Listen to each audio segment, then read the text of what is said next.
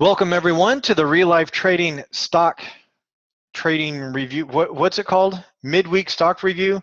It's the magical Monday stock review that didn't happen on Monday. This is Brad Reed.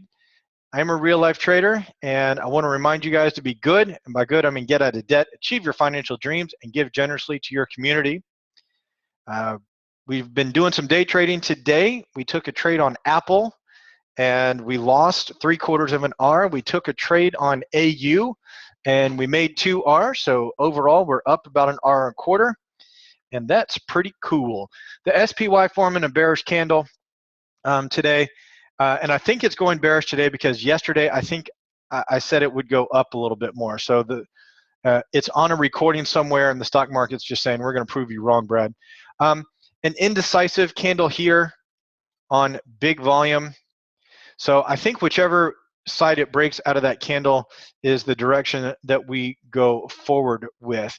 An interesting view, if we look at this on the weekly, once again, let me try and get this picture a little bit better. If we look at this on the weekly, this appears to be just a a bullish flag pattern, which means, yeah, we come down into the 10 moving average on the weekly chart and we go on up. I do think we have some choppiness, some unpredictable movement, but I kind of think that we get just a little bit higher before we come on down for the September-October bearish months. Yeah, those are my thoughts on SPY. Let me switch it back to the daily picture, and I got a couple of things for us to look at over here. AMSG looks like it is getting ready to bounce. So this is one that we're watching fairly closely. It has had a tremendous bearish run, and so even if it retests or does a normal, just a little rest, it should be enough to get to our, it is at some nice supports. So what I want this thing to do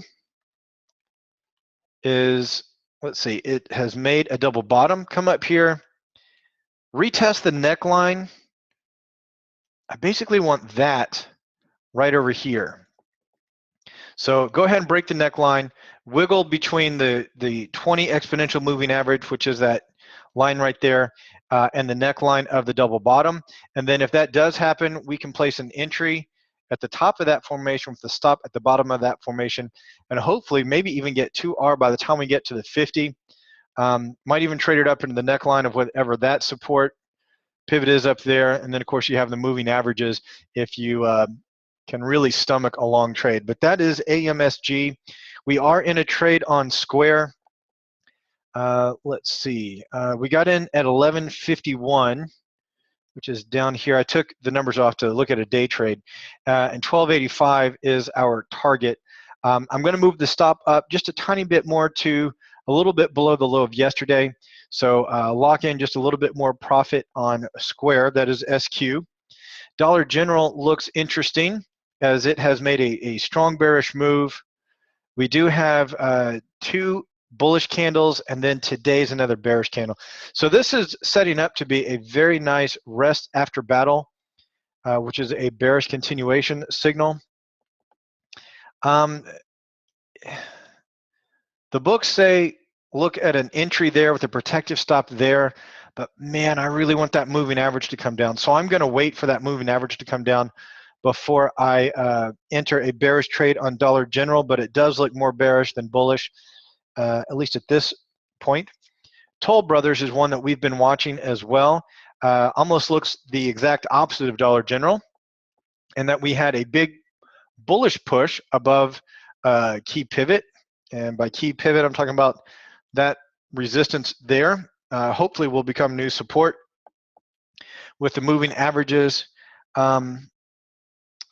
We still have 2 hours left in the day, but I want to see a little bit more bullish volume before I place an official trade on that. But this is starting to look double bottom-ish with that 10 exponential moving average coming in to provide support. You know, having a protective stop there, an entry there, or maybe even there, and look for this rotation up here as a 2R target looks like a pretty good plan. So that's what we will be watching for on ticker TOL. LC is also one that we've been looking at, Lending Club.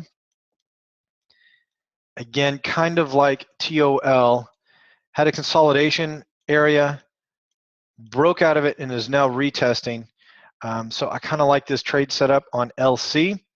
I have a little note here that I wrote to myself yesterday. Would like more bullish volume to come in before swinging.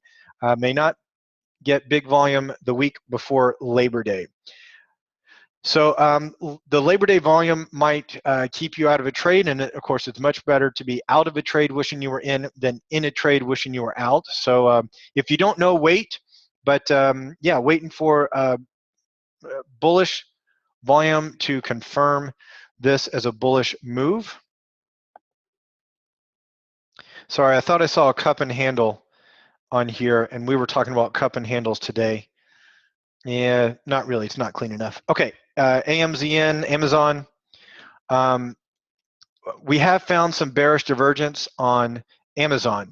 So I would not be going bullish on Amazon at this point. You can see here that the stock has been moving up, but the stochastics and the RSI are moving down. So this sideways action here could be, in fact, the divergence playing out. But at this point, we are looking for, or watching it for, a bearish turn. And if so, we will look at doing a bear call spread up above. That is Amazon. BABA is next on my list. Looks kind of like some of these others. It had a big bullish break and is now rolling, catching up with the moving averages. We'll be looking to take BABA bullish if it gives us the signal. And again, I want bullish confirmation before I take the trade. American Airlines had a very, very interesting candle today. It gapped down, confirming a double top. But instead of going bearish, it's just taken off all day long and has climbed to what I think will be its maximum altitude, if I can use all the lame airline puns I've been using today. But it did hit the daily 200 simple moving average. So definitely interesting to watch American Airlines and see what it does. GILD, this is one Garrison threw our way. Garrison noticed that it looks like it's forming a topping pattern on the monthly, and I agree. If we come over here to the daily picture, we can see, excuse me, we had a bit of a bounce here off of a support, and then it gapped down. Beautiful gap and go, right? There's a bullish candle and it gapped down. That is a gap and go. The bearish volume is for real on Gilead Pharmaceuticals. And so I'm considering some sort of limit fill like this. Now, one thing about pharmaceutical companies is that they do bounce around a lot. They gap a lot.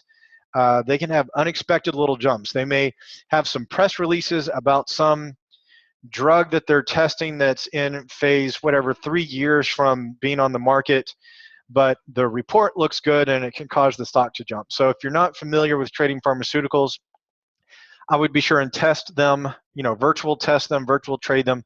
But I am more bearish than bullish on Gilead Pharmaceuticals. This is not yet an official trade setup. And the last one I wanted to talk about today was Whole Foods. Again, not official that I'm going to trade this either direction it breaks out, but could definitely entertain a strangle on Whole Foods if you're familiar with those. It's been in a nice tight channel for just about a year now, with resistance a little bit over 34 and support. I like support down in the 29s better than where it is now, which is about 30.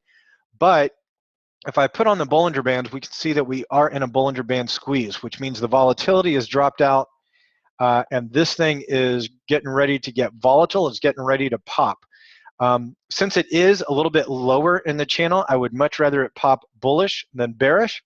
But those are a couple of stocks that we are watching, that I'm watching for swing trades coming up soon. If you are interested in more videos like this, swing on over to www.reallifetrading.com. And you can find free stock market education there. And if you want to join us in a live trading room, which is kind of what we're doing right now, yeah, this is where you can find all of your information and more videos like this. So check it out if you haven't already, www.reallifetrading.com. Give us a like on Facebook, would be appreciated. And until I get to see you guys next time, trade on logic, not on hope. Have a good one.